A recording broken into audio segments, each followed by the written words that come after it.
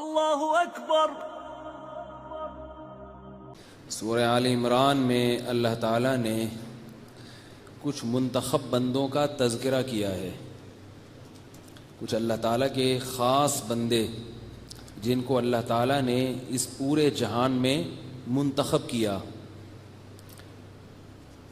تو ظاہر ہے کہ اللہ تعالیٰ جب کسی کی سلیکشن کرتے ہیں، بہت زیادہ آواز گونج رہی ہے میرا خیال ہے، اس کو تھوڑا سا کم کرنا۔ اچھا، تو اللہ تعالیٰ جب کسی کی سلیکشن کرتے ہیں تو وہ الیکشن کے ذریعے نہیں ہوتی کہ لوگ جن کو اچھا سمجھتے ہوں ان کو بنایا جائے اور جن کو اچھا لوگ نہیں سمجھتے ان کو نہیں بنایا جائے، بلکہ اللہ کی جو سلیکشن ہوتی ہے اس میں غلطی کا ذرہ برابر بھی امکان نہیں ہوتا۔ مشرکین مکہ یہ کہا تو قوم کے کسی سردار کو کیوں نہیں بنایا، دولت مند کو کیوں نہیں بنایا؟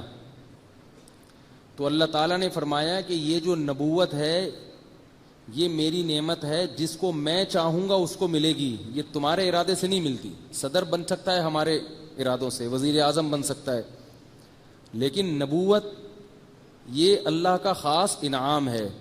وجہ کیا ہے کہ جو نبی ہوتا ہے اس کا ہر کام حجت ہوتا ہے، اس کے کسی کام کو آپ غلط نہیں کہہ سکتے، غلط نہیں کہہ سکتے۔ اسی لیے ہمیں حکم ہے نبیوں کو فالو کریں، سیاستدانوں کو فالو کرنے کا حکم نہیں ہے، حکمرانوں کو فالو کرنے کا حکم نہیں ہے۔ ہمیں حکم کیا ہے، کس کو فالو کریں؟ اپنے جو کمپنی کا جو باس ہے اس کو فالو کرنے کا حکم نہیں ہے، ہمیں صرف اور صرف نبیوں کو فالو کرنے کا حکم ہے۔ آپ کہہ سکتے ہیں کہ بھائی پھر اللہ نے قرآن میں حاکم کی اطاعت کا حکم کیوں دیا؟ یہ بھی تو ہے نا، ماں باپ کی اطاعت کا بھی دیا، حاکم کی بھی۔ اطاعت ایک الگ چیز ہے اور اتباع الگ چیز ہے۔ اطاعت کہتے ہیں کہ جو تمہیں آرڈر دے اس کو مانو، اور اتباع کہتے ہیں کہ جو کچھ وہ کر رہا ہے بس اس کے پیچھے پیچھے چلتے رہو۔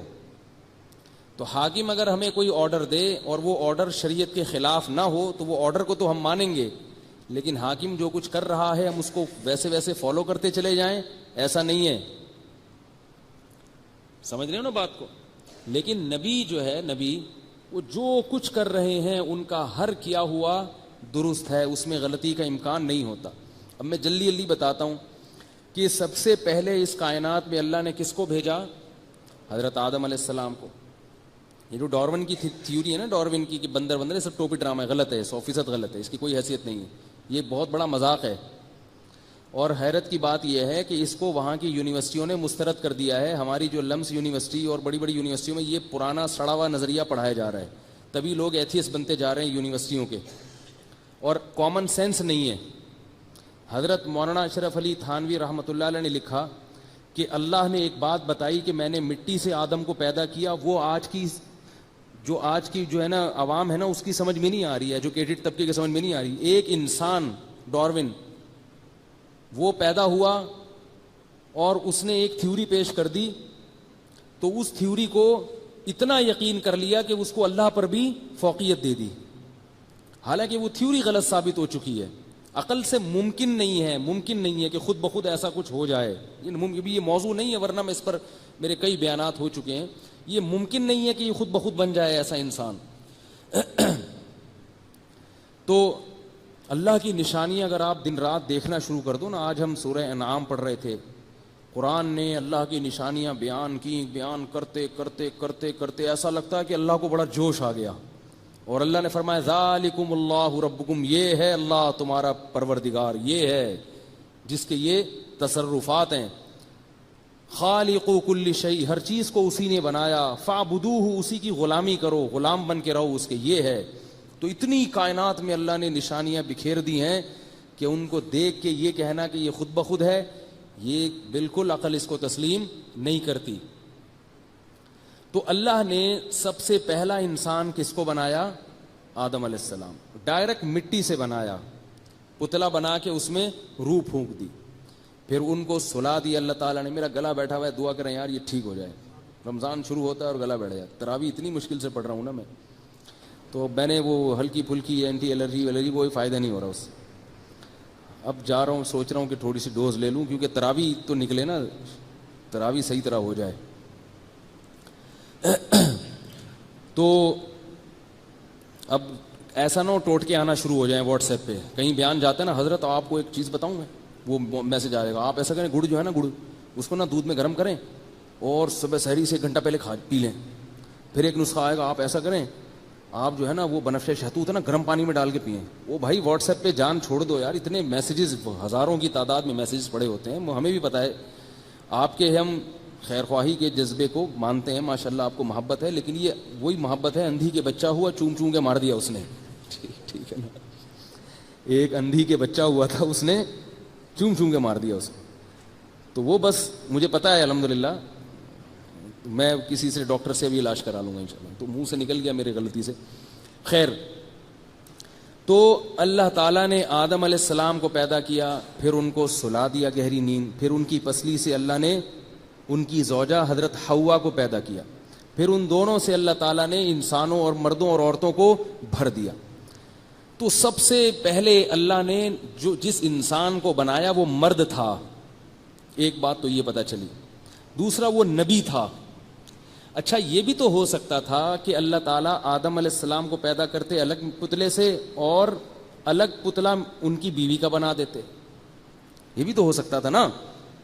بھئی حضرت حوا الگ پیدا ہوتی ہیں, آدم علیہ السلام الگ پیدا ہوتے, دونوں کی شادی ہو جاتی. ایسا کیوں کیا کہ آدم بنائے پھر ان کی پسلی سے, ان کے جسم سے؟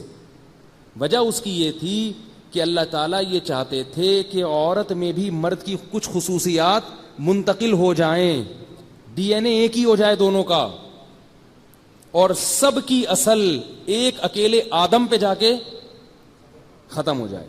اور اسی وجہ سے اللہ نے آدم علیہ السلام کے لیے 2-3 بیویاں پیدا نہیں کی. لوگ مجھ پر یہ اعتراض کرتے ہیں کہ اگر یہ 2-3 شادیاں سنت اور یہ ہے تو یہ فطرت ہے, تو آدم علیہ السلام کے وقت تو فطرت کی رعایت کرنی چاہیے تھی نا, ان کی ایک کیوں ہے؟ ان کی اگر 2 ہوتی تو ہم سب سگے بھائی نہ ہوتے. نہیں آئی بات سمجھ میں؟ ہم کچھ پہلی بیوی کے ہوتے, کچھ دوسری کے ہوتے, پھر پھڈے ہوتے ہمارے آپس میں. تو اللہ نے کہا کہ تمام انسانوں کی ماں ایک ہو اور پھر اس کی بھی اصل ایک اکیلا آدم ہو, تاکہ سارے انسانوں میں آدم کی خصوصیات آ جائیں, چاہے مرد ہو یا عورت. یہ حکمت تھی اس میں.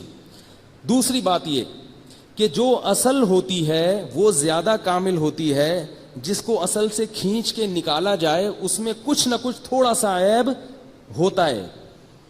تو آدم علیہ السلام کو تو مکمل کامل بنایا گیا اور ان کی زوجہ کو ان کی ایک پسلی سے بنایا گیا تاکہ تھوڑا سا اس میں نقص موجود رہے. وہ نقص کیا ہے؟ کمزوری. مرد طاقتور ہوتا ہے اور عورت اس کی نسبت کمزور ہوتی ہے. مرد میں برداشت کی قوت زیادہ ہے, عورت میں برداشت کی قوت کم ہے. اب خواتین یہ بات سن کے غصہ تو بہت ہوتی ہوں, لیکن حقیقت ہے بھائی, چھپکلی گر جائے مردوں کی چیخ نکلتی ہے, کیسی خواتین کی چیخ, یہ تو حقیقت ہے نا, اس میں تو دو رائے نہیں ہو سکتی. اسی سے یہ مسئلہ بھی حل ہو گیا کہ رسول اللہ صلی اللہ علیہ وسلم نے فرمایا کہ اللہ تعالیٰ نے عورت کو مرد کی نسبت عقل کم دی ہے. یہ صحیح حدیث ہے, اس کا آپ انکار نہیں کر سکتے. تو اب اس پہ بھی دنیا اچھل جاتی ہے کہ کیوں بھائی, کیوں کم دی ہے؟ وہ تو ذہین ہوتی ہیں لیکن مرد کی نسبت کم ہے. ہاں یہ ایک الگ بات ہے کہ جیسے بعض عورتیں مردوں سے زیادہ طاقتور ہوتی ہیں تو ایسے ہی بعض مردوں سے زیادہ ذہین بھی ہوتی ہیں, لیکن اوور آل ایک قاعدہ اور کلیہ جو بنایا گیا ہے وہ یہ کہ مرد میں ذہانت زیادہ ہوگی, عورتوں میں نسبتاً کم ہوگی. لیکن کبھی کبھی اس کے خلاف بھی ہو جاتا ہے. حضرت عائشہ میں ذہانت زیادہ تھی بہت سے مردوں سے, بہت سے صحابہ سے زیادہ ذہین تھیں. ایسا حدیث کا مطلب بیان کر دیتی تھی کہ بہت سے صحابہ کی توجہ اس طرف نہیں جاتی. حضرت عمر نے ایک حدیث بیان کی, اس کا مطلب بیان کیا, حضرت عائشہ نے فرمایا کہ اللہ عمر پہ رحم کرے, بیچارہ حدیث کا مطلب سمجھا ہی نہیں ہے. ٹھیک ہے نا, کتنی ذہین تھی وہ. تو ایسے ہی اس دور میں بھی بعض خواتین ایسی ہوتی ہیں جن کو اللہ نے ایک ایکسٹرا آرڈینری ذہین بنایا ہوتا ہے, لیکن عمومی طور پر قاعدہ کیا ہے کہ مرد میں ذہانت زیادہ ہے. تو یہ حکمت تھی کہ حضرت حوا کو آدم علیہ السلام کی پسلی سے پیدا کیا, اور اس میں حکمت یہ بھی تھی کہ انسان کو اپنی جنس کی طرف میلان ہوتا ہے. اگر بالکل الگ پتلا بنایا جاتا تو دونوں کی مٹی الگ الگ ہو جاتی, تو دونوں کی طبیعت ایک دوسرے کی طرف مائل نہیں ہوتی. جیسے جنات کو اللہ نے آگ سے بنایا, اب ہمیں جنات اچھے نہیں لگتے اور جنات کو ہم اچھے نہیں لگتے. تو یہ آپس میں کچھ ریلیشن ہونا چاہیے نا, ایک جو ہے وہ جو فیملی ہے وہ ایک ہونی چاہیے. تو یہ بہت ساری حکمتیں تھیں. پھر آدم علیہ السلام کے جڑواں بچے پیدا ہوتے تھے, ایک لڑکا اور ایک لڑکی. تو جو لڑکا لڑکی ہوتے تھے ان کو بھائی بہن سمجھا جاتا تھا, اور جو اگلے پیٹ سے ہوں گے لڑکا لڑکی وہ ان کے کزن شمار ہوتے تھے, وہ بہن بھائی شمار نہیں ہوتے تھے. یہ اللہ تعالیٰ نے نسل بڑھانے کے لیے قانون بنایا تھا.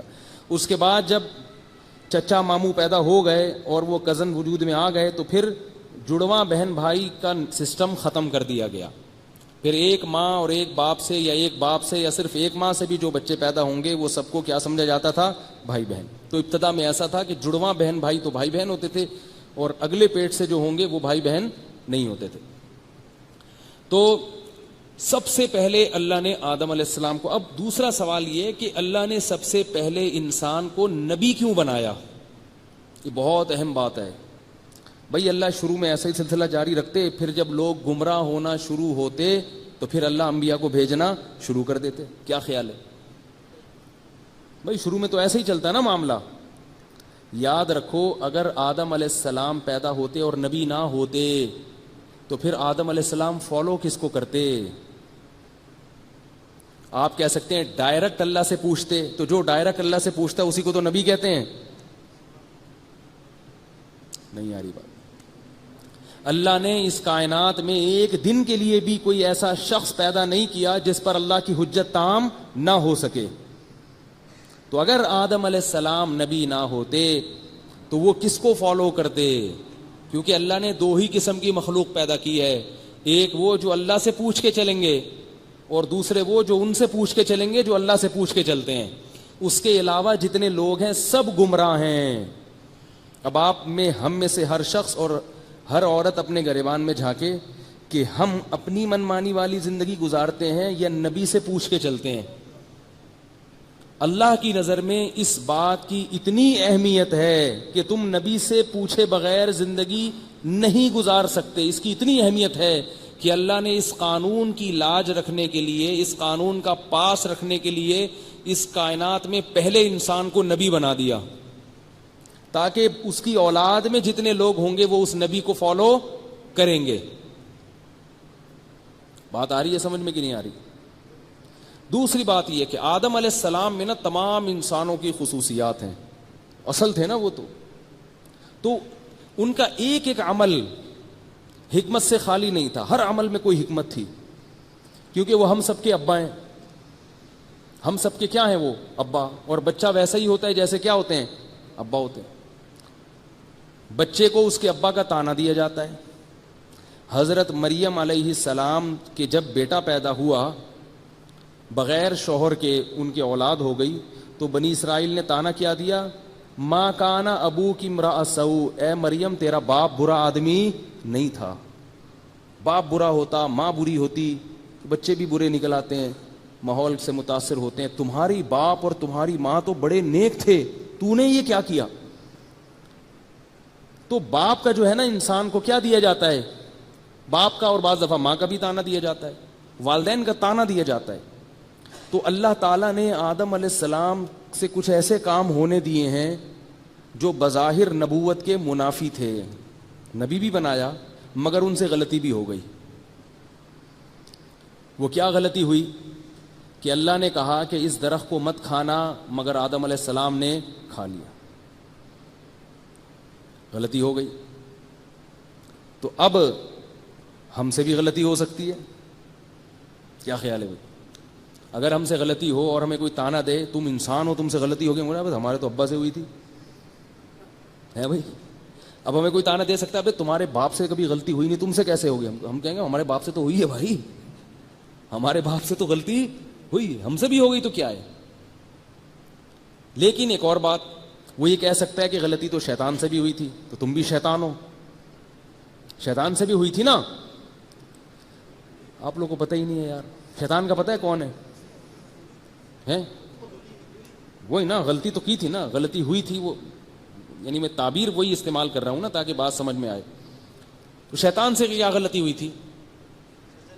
اللہ نے کہا تھا آدم علیہ السلام کو سجدہ کرو, اس نے بولا بھائی یہ کیا ہے, میں کیوں کروں, مٹی سے بنایا.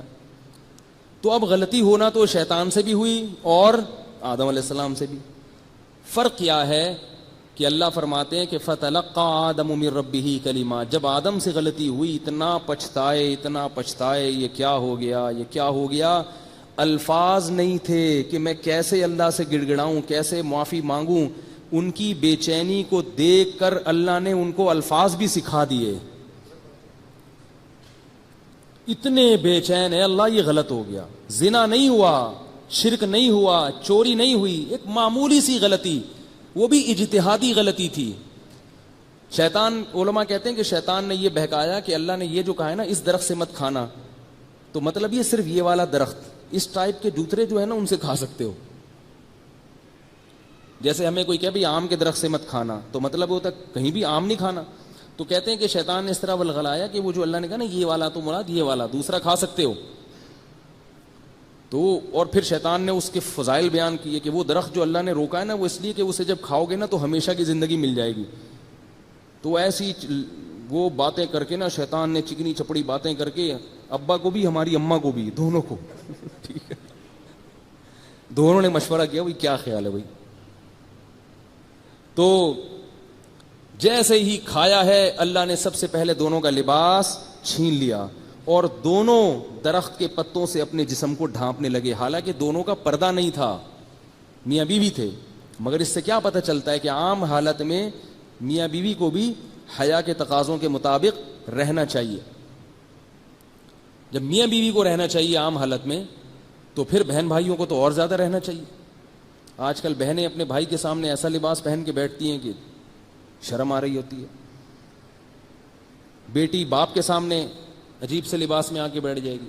بھائی باپ کا تو بڑا احترام ہے، بیٹی کو چاہیے کہ باپ کے سامنے تو پراپر ڈریس میں بیٹھے. خیر، تو آدم علیہ السلام کی طبیعت میں کیا پیدا ہوا؟ بہت پریشان کہ کیسے مناؤں اللہ کو، کیا ہو گیا.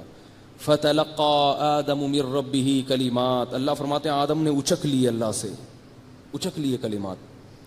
اچکنا کیا ہوتا ہے کہ اللہ نے جب ان کو ان کے دل میں ڈالے تو بس انہوں نے جلدی سے یاد کر لیے. تو بڑے خوبصورت کلمات ہیں، اس کے ذریعے اللہ سے توبہ کرتا ہوں. وہ کیا تھے؟ دونوں نے مل کے دعا مانگی، ربنا ظلمنا انفسنا، اے ہمارے رب ہم دونوں نے اپنی جان پر ظلم کیا ہے. جب گناہ اجتماعی ہو تو توبہ بھی کیسی ہونی چاہیے؟ اجتماعی ہونی چاہیے. دونوں سے غلطی ہوئی ہے، اللہ ہم دونوں نے اپنی جان پہ ظلم کیا، تیرا کوئی نقصان نہیں کیا. وَإِن لَّمْ تَغْفِرْ لَنَا وَتَرْحَمْنَا لَنَكُونَنَّ مِنَ الْخَاسِرِينَ، اگر تو نے ہماری مغفرت نہیں کی، ہمیں معاف نہ کیا، ہم تباہ و برباد ہو جائیں گے. اعتراف جرم بھی ہے اور اپنی قسمہ پرسی کو بھی بیان کیا جا رہا ہے کہ ہم بھکاری ہیں، ہم بھکاری ہیں، بھیک مانگ رہے ہیں. یہ نہیں بتایا کہ ہم توبہ کے مستحق ہیں. اے اللہ یہ تو ہوتا ہے، کیا ہو گیا اگر ایک دفعہ غلطی ہو گئی تو؟ انہیں بھی تو جنت سے نکال دیا پکڑ کے، اور یہ کوئی ہو گئی نا، سزا مل گئی نا، کپڑے چھین لیے نا، عذر نہیں پیش کر رہے، گڑ گڑ آ رہے ہیں. تو اللہ فرماتے ہیں ثم اجتباہ ربہ، پھر اس کے رب نے اس کو دوبارہ سلیکٹ کر لیا. فتاب علیہ وہدا، توبہ بھی قبول کی اور آئندہ پھر غلطی سے بچایا بھی، ہدا سیدھے راستے پہ چلا دیا. تو اللہ تعالیٰ کیوں فرما رہے ہیں سورہ آل عمران میں کہ میں نے آدم کو منتخب کیا سب سے پہلے اس کائنات میں؟ یہ بتانے کے لیے کہ تم نے کس کے طریقے کو فالو کرنا ہے. بولو بھائی، آدم علیہ السلام کے طریقے کو فالو کرنا ہے. سیاست دانوں کو فالو نہیں کرنا. سیاست دانوں کو صرف ووٹ دینے ہیں، آپ نے جو اچھا لگے اس کو دے دیں، بس فالو نہیں کرنا. کوئی بھی اچھا نہیں لگ رہا تو جو کم درجے کا برا لگ رہا ہے اس کو دے دیں. بھئی دو بدماش ہیں تو جو کم درجے کا بدماش ہے اس کو دے دیں، اور دیں ضرور ووٹ، کیونکہ ووٹ نہیں دیں گے اگر تو بڑا بدماش آ جائے گا پھر. تو لیکن فالو نہیں کرنا. فالو صرف انبیاء کو اور ان علماء کو جو انبیاء کے راستے کو فالو کر رہے ہیں، ان کو فالو کرنا ہے. کیونکہ اب ہمارے سامنے انبیاء نہیں ہیں، ہمارے سامنے وہ علماء ہیں جو انبیاء کو فالو کر رہے ہیں. یاد رکھو کتابیں پڑھنے سے کبھی بھی دین زندگی میں پوری طریقے سے نہیں آتا، شخصیات کو فالو کرنا پڑتا ہے. کتابوں سے اگر مسئلہ حل ہو جاتا تو انبیاء کتابیں دے کے چلے جاتے، ان کی شخصیتیں نہ ہوتی. نبی جب دنیا میں آئے تو نبی کے بعد ان کے شاگردوں کو لوگوں نے فالو کیا، پھر شاگردوں کے بعد شاگردوں کے شاگردوں کو. یہ سلسلہ آج تک چلا آ رہا ہے. اس کو کہتے ہیں اہل اللہ کی صحبت. ان جیسا بننا, ان کو دیکھنا, ان کی مجلس میں بیٹھنا, اپنے حالات ان کے سامنے رکھنا, ان کی باتوں کو غور سے سننا اور ان کو فالو کرنا, یہ شخصیت جب تک درمیان میں نہیں آئے گی معاملہ گڑبڑ رہے گا. آج لوگ کہتے ہیں ہم شخصیت پرستی کو نہیں مانتے, ہم تو قرآن پہ ڈائریکٹ چلتے ہیں. قرآن پہ اگر ڈائریکٹ چلنا کافی ہوتا تو سب سے پہلے صحابہ کو حکم دیا جاتا کہ قرآن پہ ڈائریکٹ چلو. صحابہ کو تو حکم کیا دیا کہ تمہارے درمیان جو نبی آئے ہیں نا وہ 3 کام کریں گے. یعلمہم الکتاب, تمہیں کتاب سکھائیں گے. حالانکہ قرآن تو عربی میں تھا, صحابہ کو سیکھنے کی کیا ضرورت تھی. تمہیں کیا کریں گے, قرآن سکھائیں گے.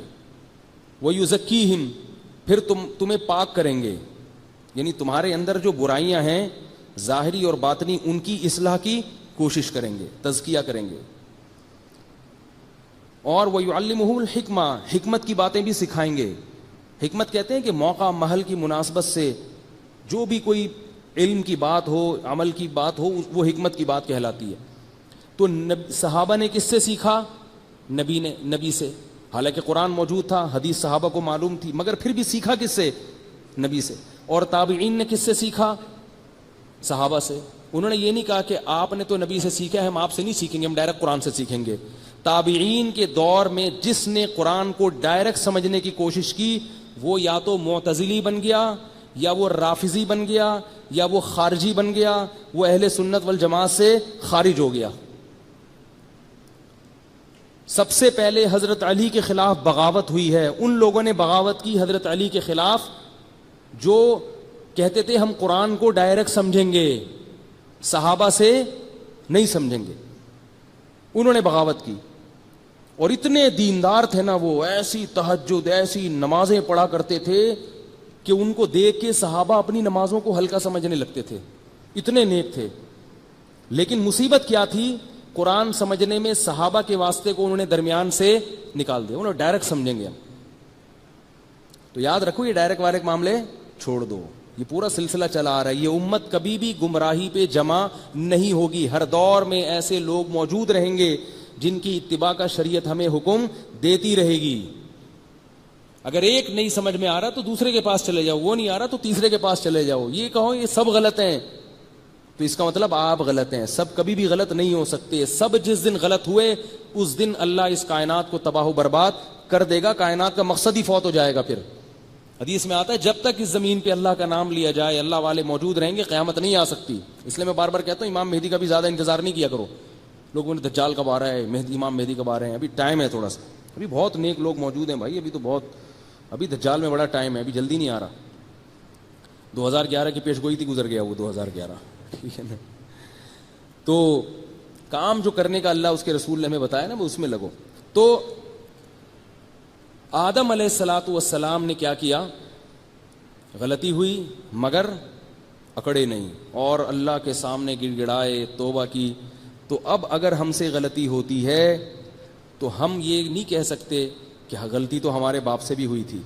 صرف اتنا کافی نہیں, ہم کہیں گے غلطی ہوئی تھی مگر انہوں نے سوری بھی کیا تھا. تو جیسے ہماری خصلت میں غلطی ہے ایسے ہی ہماری خصلت میں سوری بھی ہے. نہیں آ رہی بات؟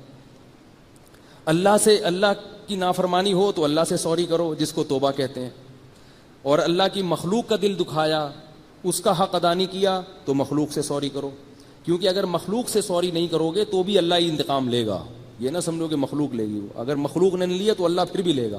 اللہ دونوں کے حقوق کا مطالبہ کرتا ہے, بولے میرے بھی حقوق ادا کرنے ہیں اور میرے بندوں کے حقوق بھی ادا کرنے ہیں.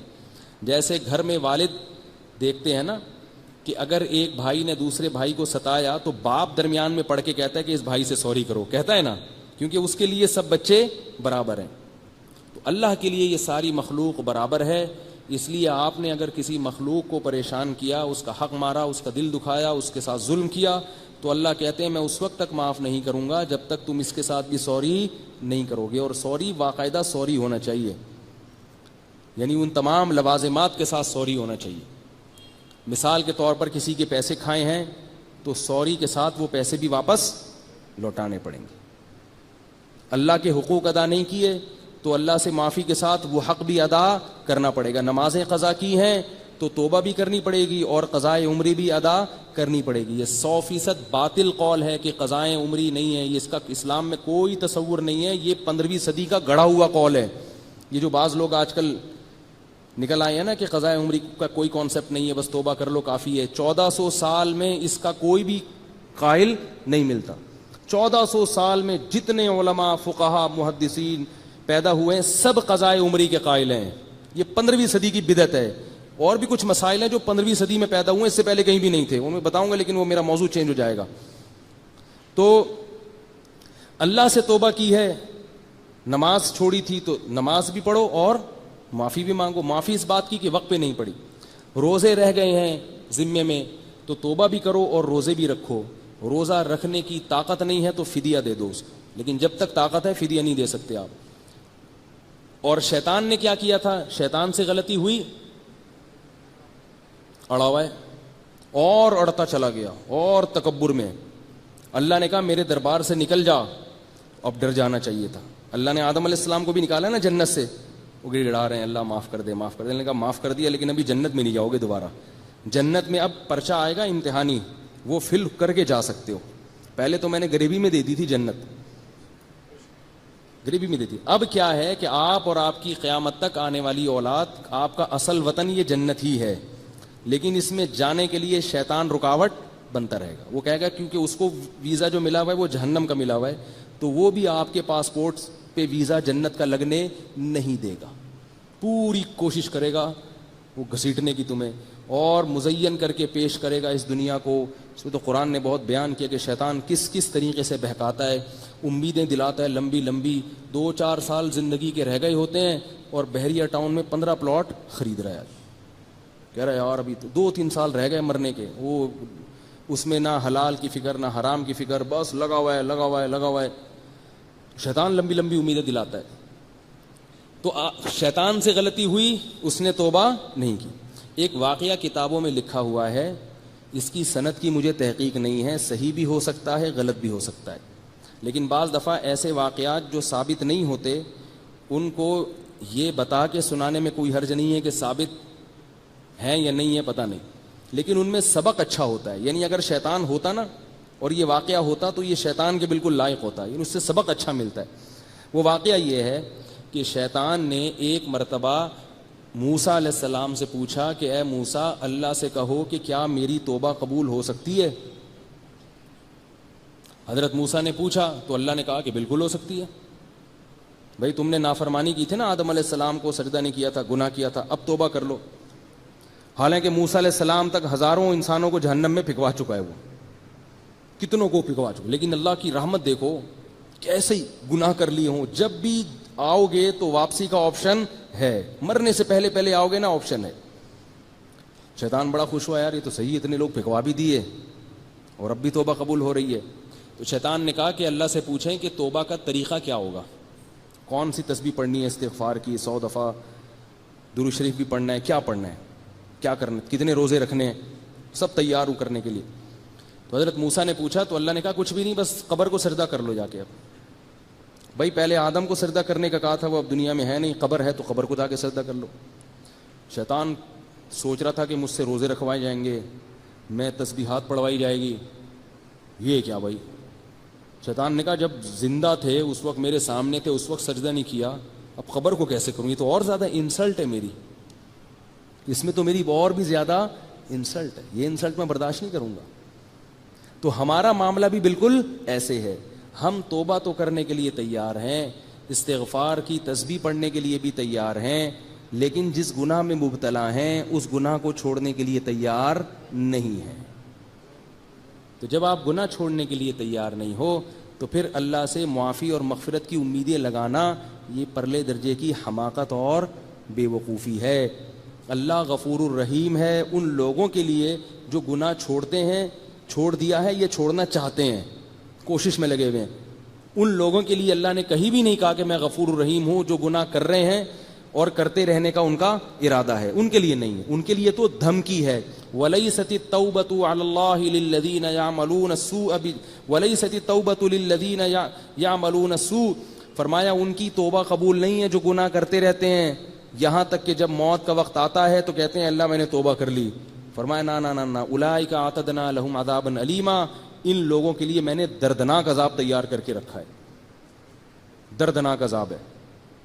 اور یہ بھی یاد رکھو یہ وہ لوگ ہیں جو موت کے وقت توبہ کر لیتے ہیں, ان کی نہیں ہوتی. آج کل لوگ موت کے وقت بھی توبہ نہیں کرتے, خوش و خرم جا رہے ہوتے ہیں, کوئی ان کو احساس ہی نہیں ہوتا. تو ہمیں پہلا سبق کیا ملتا ہے آدم علیہ السلام. یہ گھڑی صحیح ہے بھائی, ذرا ٹائم دیکھ لیں مجھے صحیح. تو ہمیں اللہ تعالیٰ نے منتخب بندوں کا قرآن میں تذکرہ کیا, ان میں سب سے پہلے کون ہے؟ آدم. تو حضرت آدم سے ہمیں کیا سبق ملتا ہے؟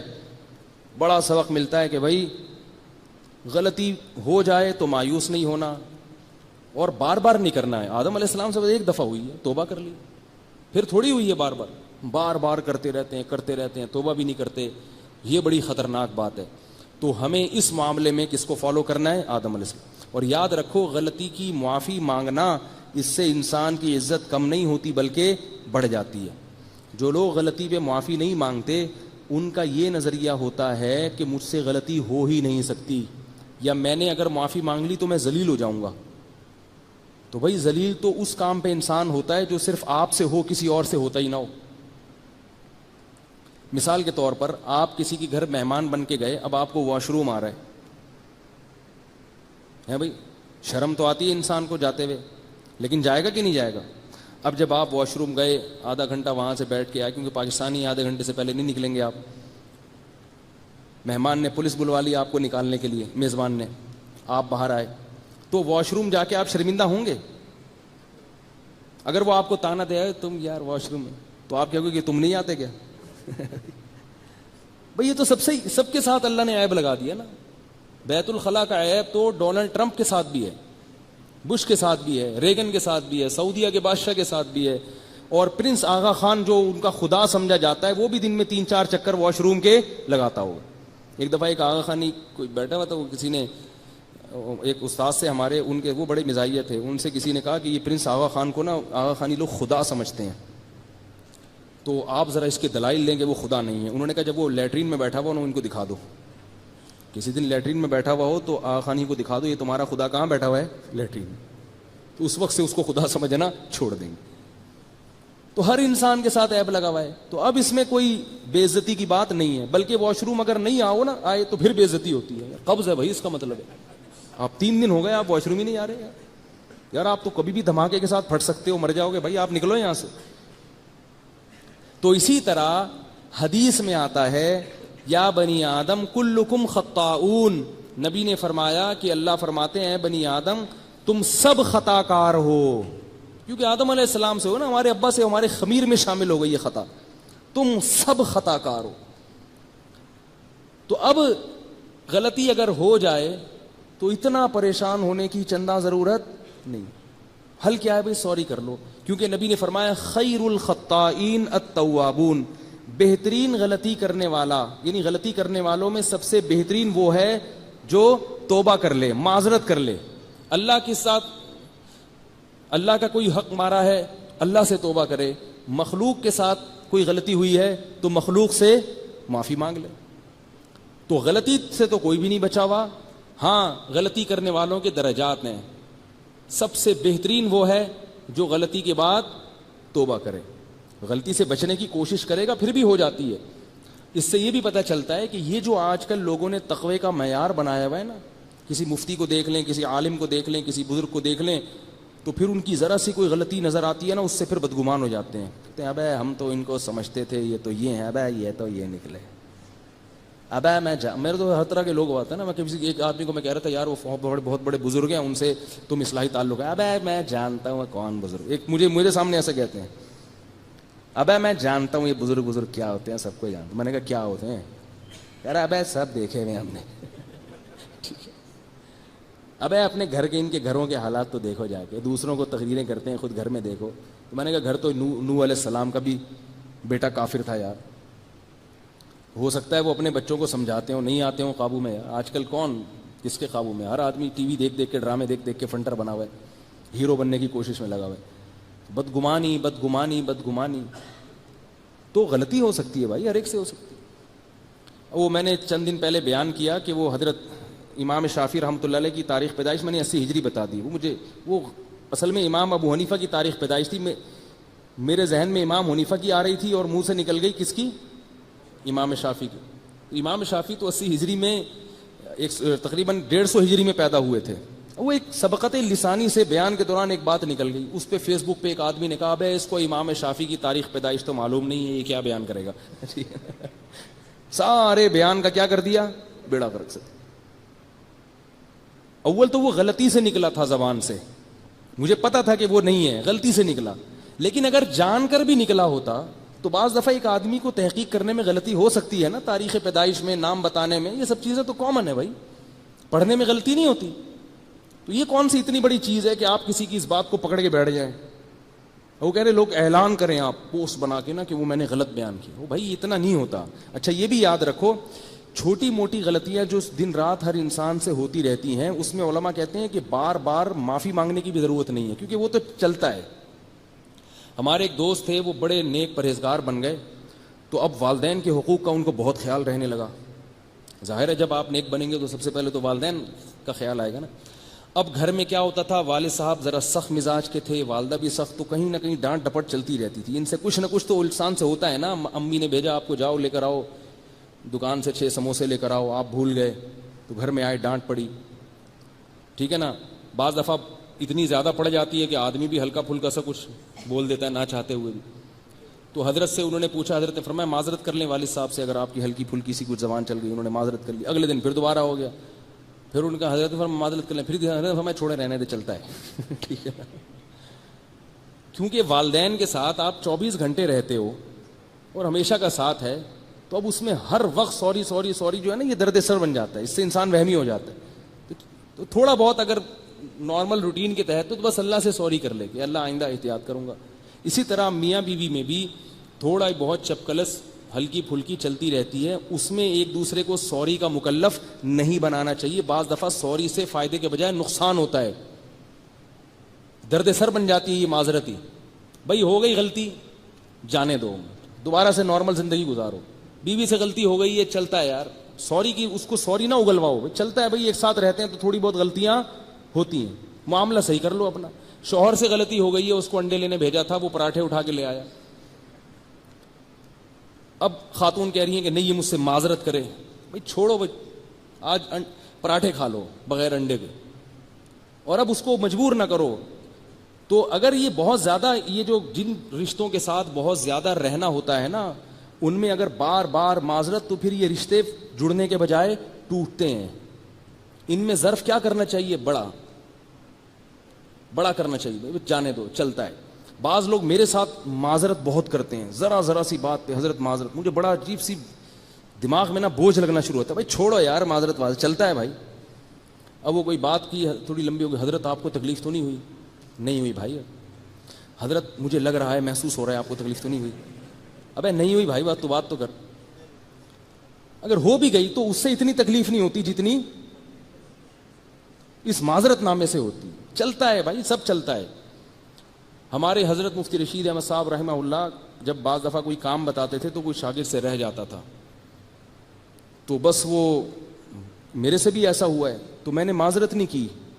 حضرت کو مجھے پتا تھا کہ غصہ بھی آ رہا ہے, بس معذرت نہیں کہ ہم سمجھ گئے. بس حضرت نے بھی ہمارے چہرے کا جو ہے نا وہ تاثرات دیکھ کے اندازہ لگا لیتے تھے کہ اس کو غلطی کا احساس ہو گیا, بس اتنا کافی ہے. تو یہ جو آپس کے بہت زیادہ گہرے تعلقات ہوتے ہیں نا, تو اس میں ایک دوسرے کو سوری کا مکلف نہیں بنایا کرو, وہ چلتا ہے. اب دیکھو پنجاب میں ایک دفعہ جا رہا تھا, کئی دفعہ تجربہ ہوا ہے, آپ سفاری کر رہے ہو نا, کچھ چیزیں پنجاب میں اچھی ہیں کراچی میں غلط ہیں, کچھ کراچی میں اچھی ہیں پنجاب میں غلط ہے. تو ایک چیز کراچی میں اچھی ہے پنجاب میں غلط ہے. وہ کیا ہوتا ہے, سب جگہ نہیں ہوتا بھائی.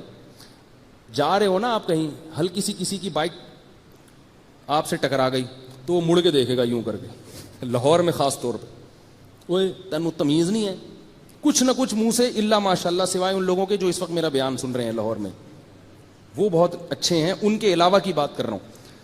تو وہ لازمی کچھ نہ کچھ بولتا ہے.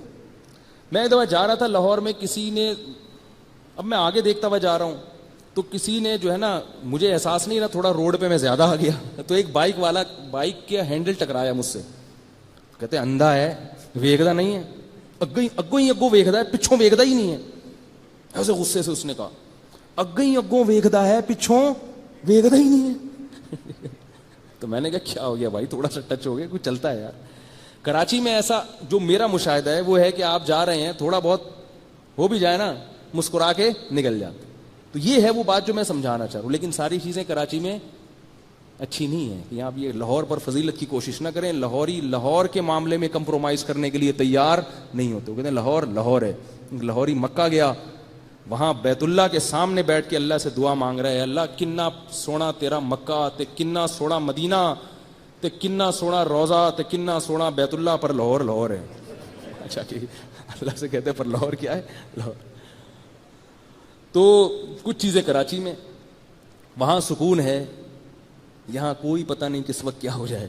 ٹھیک ہے, وہ کہتے ہیں نا, ایک کراچی کا بندہ کسی مسجد میں تھا, پیچھے دھماکہ ہوا, پوری مسجد خالی ہو گئی, کراچی والا کھڑا ہوا ہے. لوگوں نے کہا تم کیوں کھڑے کرے, ہم لوگ بہت ہوتا ہے ہمارے یہاں, دیکھتے رہتے ہیں.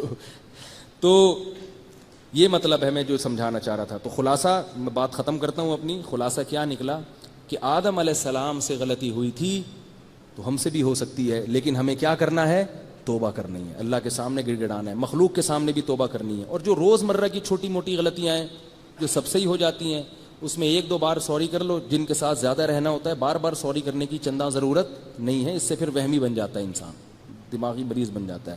اللہ تعالیٰ سمجھنے کی عمل کی توفیق عطا فرمائے. کل اس پر انشاءاللہ مزید کچھ بات کروں گا. Thanks for watching.